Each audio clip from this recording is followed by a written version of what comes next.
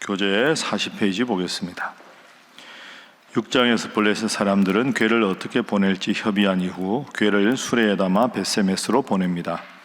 벳세메스의 사람들이 궤 안을 들여다보자 70명의 사람이 죽게 되었습니다. 이에 벳세메스인들은 기럇 여아림 사람들에게 궤를 가져가라고 합니다. 7장은 회개를 촉구하는 사무엘과 이에 응답한 백성들을 보여줍니다. 이때 블레셋 사람들은 이스라엘을 침략하지만 하나님께서는 사무엘의 기도를 들으시고 블레셋을 이기게 했습니다. 사무엘은 이 승리를 기념하여 에벤에셀, 하나님께서 우리를 도우셨다는 뜻의 돌을 세웁니다. 6장에서는 이제 언약궤가 돌아옵니다. 그리고 7장에는 아주 유명한 사무엘의 미스바 기도회입니다. 하나님 앞에 어려움을 당했을 때 기도했을 때 하나님께서 도우셨다 하는 그런 내용입니다. 자, 6장은 이제 하나님의 궤가 블레셋에 가니까 어제 우리가 본 대로 다곤 신전이 있는 곳마다 다 재앙이 생깁니다.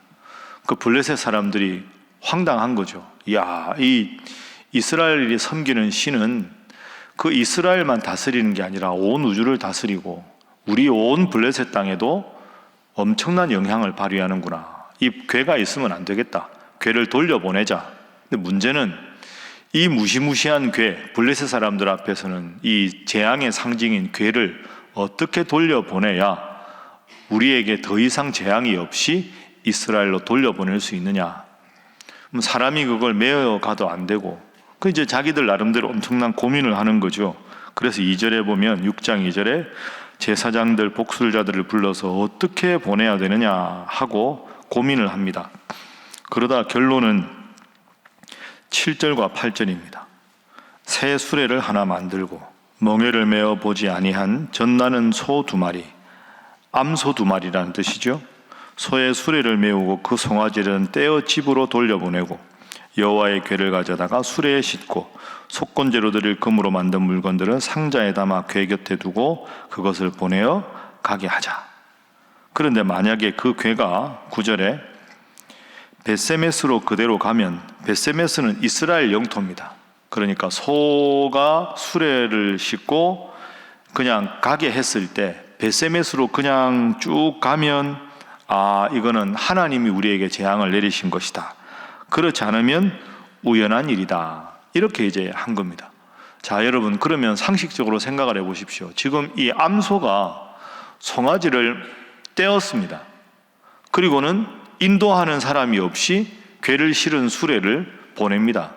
그러면 이 암소 입장에서는, 말 못하는 암소 입장에서는 지금 송아지를 떼어놨죠. 그러니까 어미소가 송아지를 떨어지면 송아지한테 갈 거 아닙니까? 그 벳세메스로 갈 확률이 거의 없는 겁니다.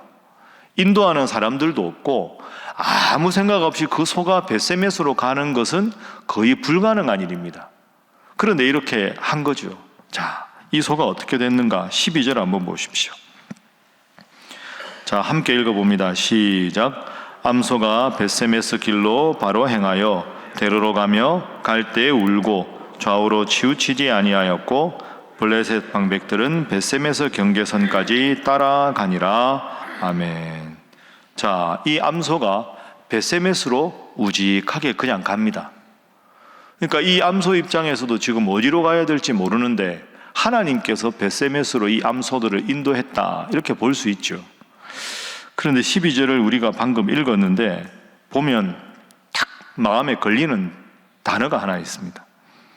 암소가 벳세메스 길로 바로 행하여 대로로 가며 갈 때 울고 좌우로 치우치지 아니하였다. 그냥 우리가 생각하기에는 암소가 벳세메스 길로 바로 행하여 대로로 가며 좌우로 치우치지 아니하였고 이러면 훨씬 문맥이 매끄러울 텐데 울고라는 단어가 있습니다. 여러분, 이 암소가 왜 울었을까요? 송아지를 떼어놨으니까. 지금 이 젖나는 암소를 송아지를 떼어놨으니 이 암소 입장에서는 송아지 생각이 얼마나 나겠습니까? 그런데도 그 송아지가 막 어미를 찾고 자기도 송아지와 함께 있고 싶은 마음이 정말 많을 텐데 그게 본능적인 건데 이 하나님께서 원하시는 벳세메스로 우직하게 갑니다. 울면서도 벳세메스로 암소가 간다. 이 벳세메스를 향하는 이 암소의 모습은 오늘 우리를 상징하는 겁니다. 특히 사역자들, 교회에서 직분을 받은 우리들, 여러분 다 좋은 게 좋다 이렇게 생각하고 다 직분도 잘 감당하고 직장 생활도 잘 되고 자녀들도 복 받고 돈도 많이 벌고 집도 크고 다 좋은 게 좋다고 생각하면 그게 얼마나 좋아 보입니까? 그러나 인생에 그런 게 없습니다. 제가 여러분들과 5주간 말씀을 나누었지만 반드시 농부는 가지치기를 해주어야 합니다. 가지치기를 해주지 않으면 포도나무 가지가 너무 무성해져서 작년에 자란 가지가 너무 많아서 그 가지를 쳐주지 않으면 새로 난 가지에 물과 영양분이 공급되지 않기 때문에 새로 난 가지에 포도가 맺힐 수가 없습니다. 작년에 포도 열매를 많이 맺은 가지라고 해도 그 가지를 잘라 주어야, 가지의 숫자를 줄여 주어야 새로 난 가지에 양분이 공급돼서 포도 열매가 풍성하게 맺히는 겁니다. 자녀들에게도 칭찬받고 직장에서도 인정받고 교회에서도 인정받고 모든 일이 다 잘 되고 그런 길은 없습니다. 인생은 선택의 과정이죠. 하나를 선택하면 하나를 잃어버리게 되어 있습니다. 그러니까 오늘 본문이 우리에게 말하는 것은 울면서도 하나님의 길을 갔던 벳세메스의 암소들을 보면서 오늘 나의 모습은 어떤가? 때로는 인간적인 거지만, 때로는 좋아 보이지만, 때로는 포기할 줄도 알고 마음이 힘들어서 울게 되는 지경이 있을지라도 하나님께서 나에게 원하시는 삶, 하나님께서 나에게 원하시는 직책을 잘 감당하기 위해서는 때로는 달콤하고 아픈 것도 포기할 수 있어야 한다. 그것을 이 벳세메스의 암소들이 우리에게 가르쳐 주는 겁니다. 참 의미 있는 구절이죠. 그래서 오늘 첫 번째 기도 제목은 삶의 우선순위를 분명히 하게 하소서 하는 것입니다. 삶의 우선순위를 분명히 하게 하소서. 하나님의 일, 하나님 주신 직분, 하나님의 명령, 여기에 우직한 소처럼 순종하는 삶. 그래서 저는 우직하다 하는 표현을 참 좋아합니다. 우직하다. 좌고 우면하지 않고 오늘 본문의 12절처럼 좌우로 치우치지 아니하고 자기가 가야 할 길을 우직하게 가는, 이게 사역자의 모습이 아닌가 여러분도 생각하면서 항상 제가 말씀드리지만 우선순위를 분명하게 하고 영적으로 가지치기를 분명하게 하고 하나님께서 원하시고 하나님께서 명령하신 길만 가면 하나님께서 우리에게 복 주심을 믿고 그 길을 우직하게 걸어가는 여러분 모두가 되시기를 주님 이름으로 축복합니다. 자, 6장 뒷부분을 한번 보겠습니다. 그래서 이제 쭉 가서 벳세메스로 갑니다. 자, 벳세메스에 도착을 합니다. 19절 보시죠. 6장 19절 말씀 함께 읽어봅니다. 시작. 벳세메스 사람들이 여호와의 궤를 들여다본 까닭에 그들을 치사 5만 70명을 죽이신지라. 여호와께서 백성을 쳐서 크게 살육하셨으므로 백성이 슬피 울었더라. 아멘. 벳세메스가 이스라엘 땅이라고 말씀드렸죠. 이스라엘 땅에 암소가 이제 수레에 매진 궤를 가지고 들어옵니다. 그 벳세메스 사람들은 이 하나님의 언약궤가 하나님의 임재를 상징하는 것인데 앞다투어 보려고 한 겁니다. 12절, 19절 말씀 보면 들여다본 까닭에 그들이 죽었습니다. 5만의 괄호가 되어 있는데 어떤 사본에는 5만이라는 단어가 있고 어떤 사본에는 없을 때, 그럴 때는 괄호를 칩니다. 제 생각에는 70명으로 보는 게 맞을 걸로 생각합니다. 이 당시가 아주 오래전 아닙니까? 이 당시를 생각해 보면 아마 제 생각에는 여호수아가 죽은 게 1390년이고 사울이 왕이 된 게 1050년입니다. 그러니까 사울이 왕으로 임명한 게 사무엘이니까 기원전 1060년, 50년 이 어간되지 않겠습니까? 그럼 지금부터 3000년 이상 전에 벳세메스의 인구가 이렇게 많지 않았습니다. 그래서 70명이라고 보는 것이 더 낫겠다 싶습니다. 어쨌든 하나님의 궤는 거룩한 곳인데 그것을 그냥 호기심에 들여다보다가 많은 사람들이 재앙을 입었습니다. 하나님은 사랑의 하나님이십니다. 그러나 하나님이 사랑의 하나님이라고 해서 우리가 쉽게 사랑의 하나님이라고 대해서는 안 됩니다. 하나님은 때로는 진노하시고 때로는 공의의 하나님이시고 때로는 엄하게 꾸짖으시는 하나님, 그 하나님이 동시에 사랑의 하나님이죠. 여러분, 자식들하고 부모하고 막 장난도 치고 놀러 가면 재밌게 지내고 막 이렇게 깔깔깔거리고 웃는다고 해서 제 아들이 어느 날 아빠랑 나랑 친하잖아. 친하지. 그러면 이제 야자 할까? 친구 할까? 그건 안 되는 겁니다. 아빠와 아들이 친해도 어디까지나 아빠는 아빠고 아들은 아들입니다. 분명하게 해야죠. 여러분, 성경에서 사랑은 그저 사랑이 아닙니다.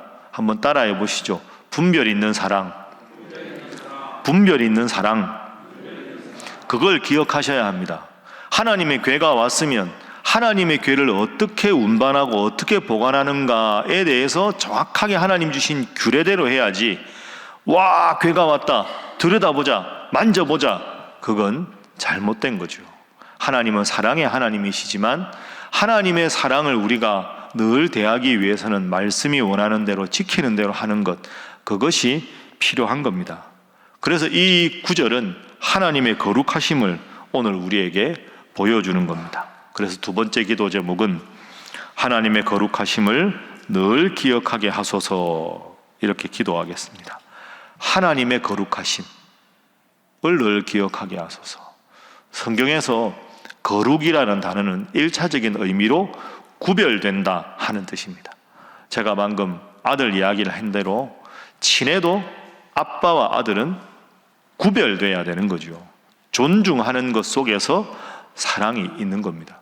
성경의 하나님은 사랑이시지만 반드시 여러분 이 점을 기억하십시오. 하나님은 때로 진노하시고 때로는 꾸짖으신다. 그래서 모든 것을 말씀 중심으로 해나가는 것이 필요하다.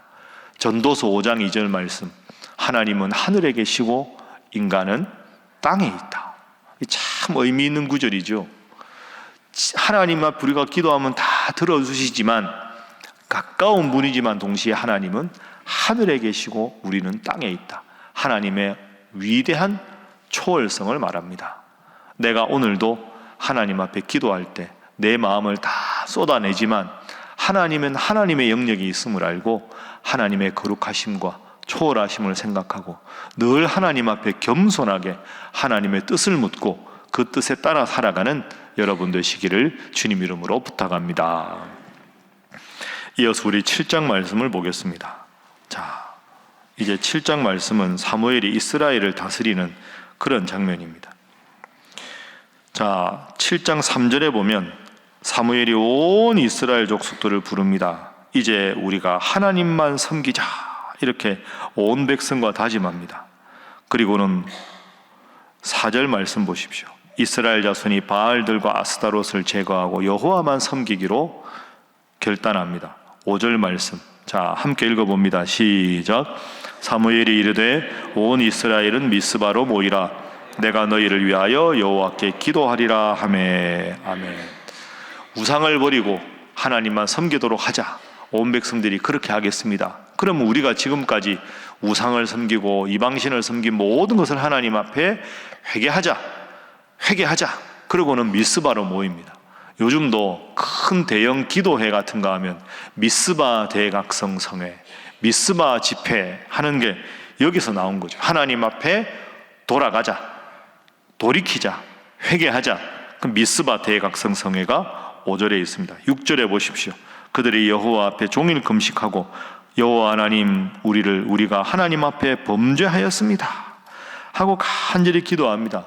그런데 문제가 생깁니다. 이스라엘 백성들이 미스바에 모였다는 걸 듣고 블레셋 사람들이, 저 사람들이 왜 모였냐, 전쟁하자는 거 아니냐, 무슨 일이냐 하고는 군대를 동원해서 전쟁을 하려고 합니다. 그러니 이스라엘 백성들은 지금 기도해야 하러 모였는데 전쟁 준비도 안 했는데 블레셋 사람들이 싸움을 걸어오는 상황이니 7절 후반절에 보면 이스라엘 자손들이 듣고 블레셋 사람들을 두려워합니다. 자, 8절, 이스라엘 자손이 사무엘에게 사무엘이여 우리 하나님 앞에 우리를 위해서 기도해 주십시오. 9절, 사무엘이 하나님 앞에 번제를 드리고 이스라엘을 위하여 여호와 하나님께 부르짖음에 여호와께서 응답하셨습니다. 자, 결과 봅니다. 10절 말씀 함께 읽어봅니다. 시작. 사무엘이 번제를 드릴 때 블레셋 사람이 이스라엘과 싸우려고 가까이 오매 그날에 여호와께서 블레셋 사람에게 큰 우레를 말하여 그들을 어지럽게 하시니 그들이 이스라엘 앞에 패한지라. 아멘. 여러분, 사무엘이 전쟁 준비를 하지 않았습니다. 하나님 앞에 간절히 기도했더니 그 기도를 들으시고 큰 우레를 발하셔서 블레셋 사람들을 무너지게 만들어 주셨습니다. 전쟁의 성패는 무엇에 있다? 기도에 있다. 우리의 인생의 성공이 어디에 있습니까? 기도에 있다. 하나님이 함께 하셔야 이길 수 있다. 그래서 추격합니다. 추격해서 11절에 보면 백갈 아래까지 이릅니다. 하나님께서 함께 하셨다 하고 12절에 에베네셀이라고 합니다. 에베네셀은 도움의 돌, 이런 뜻입니다. 하나님께서 여기까지 우리를 도우셨다. 하나님이 도우셔서 우리가 전쟁에서 이겼다. 에벤에셀. 자, 그리고 13절 보십시오. 여호와의 손이 사무엘이 사는 날 동안에 블레셋 사람들을 막으셨다. 한 번 이긴 게 아니라 사무엘이 사사로 있는 내내 블레셋이 침공을 하지 못합니다. 더군다나 14절에 보면 과거 이스라엘이 빼앗겼던 성읍 에그론부터 가드까지 이스라엘이 다 도로 찼습니다. 여러분, 전쟁을 걸어온 사람들을 격퇴시킨 것뿐 아니라 더 많은 영토를 차지하게 되었습니다. 더 좋은 것으로 주시는 주님. 이유가 무엇입니까? 하나님 앞에 기도했더니. 그래, 마지막 세 번째 기도 제목은 문제 해결이 오직 기도에 있음을 기억하게 하소서 하는 것입니다. 문제 해결은 오직 기도에 있음을 기억하게 하소서. 아무리 준비를 많이 해도 하나님이 안 계시면 결과는 모르고, 내가 인간적으로는 참 여러 가지 부족해도 하나님께 기도하면 하나님께서 들으신다. 우리 이번 주에 그 월요일은 부목사님이 설교하시죠. 최삼열 목사님이 사무엘서 할 때 자기 이름이 삼열이라고, 사무엘이라고 그러면서 참 좋아하는 구절이 있다고, 문장이 있다고. 우리가 일하면 우리가 일하는 것이지만 우리가 기도하면 하나님이 일하신다. When we work, 우리가 일하면 we work, 우리가 일하는 것이고, When we pray, 우리가 하나님 앞에 기도하면 God works, 하나님께서 일하신다. 그게 오늘 본문입니다. 우리가 기도하면 누가 일하신다? 하나님이 일하신다 생각하고, 이 눈에 아무 증거 아니 배워도, 이 귀에 아무 소리 아니 들려도 하나님 앞에 기도하고 응답받고 마음의 분명한 확신으로 평안함을 얻고 나아갈 때 천만인이 여러분을 애워싸 진친다 할지라도 두려워하지 마시고 여호와 하나님의 나의 목자가 되신다. 그래서 더 많은 영토를 확보하고 형통하고 승승장구한 사무엘과 이스라엘 백성들처럼 기도의 능력을 날마다 체험하는 여러분 되시기를 주님 이름으로 축복합니다. 기도하겠습니다. 하나님, 오늘 본문 말씀을 통하여 우리가 삶의 우선순위를 분명히 하게 하시고, 송아지와 떨어져 울지만 우직하게 자기의 길을 걸어갔던 베세메스의 소처럼 하나님 주신 직분을 우선해 놓고 최선을 다해 감당케 하여 주시옵소서. 하나님의 거룩하심을 생각하며 하나님의 사랑을 늘 기억하게 하시고, 겸손히 내 욕심을 다 비우고 기도를 통해서 하나님의 뜻을 채워감으로 이전보다 더 많은 것을 누리는 형통한 삶을 기도를 통해 얻는 저희들이 되게 하여 주시고, 우리 신일교회 되게 하시고, 이 나라 대한민국이 되게 하시고, 북녘의 동포들과 선교사님들의 사역이 되게 하여 주시옵소서. 함께 기도합니다. 주여 믿습니다. 주여 믿습니다. 주여 믿습니다.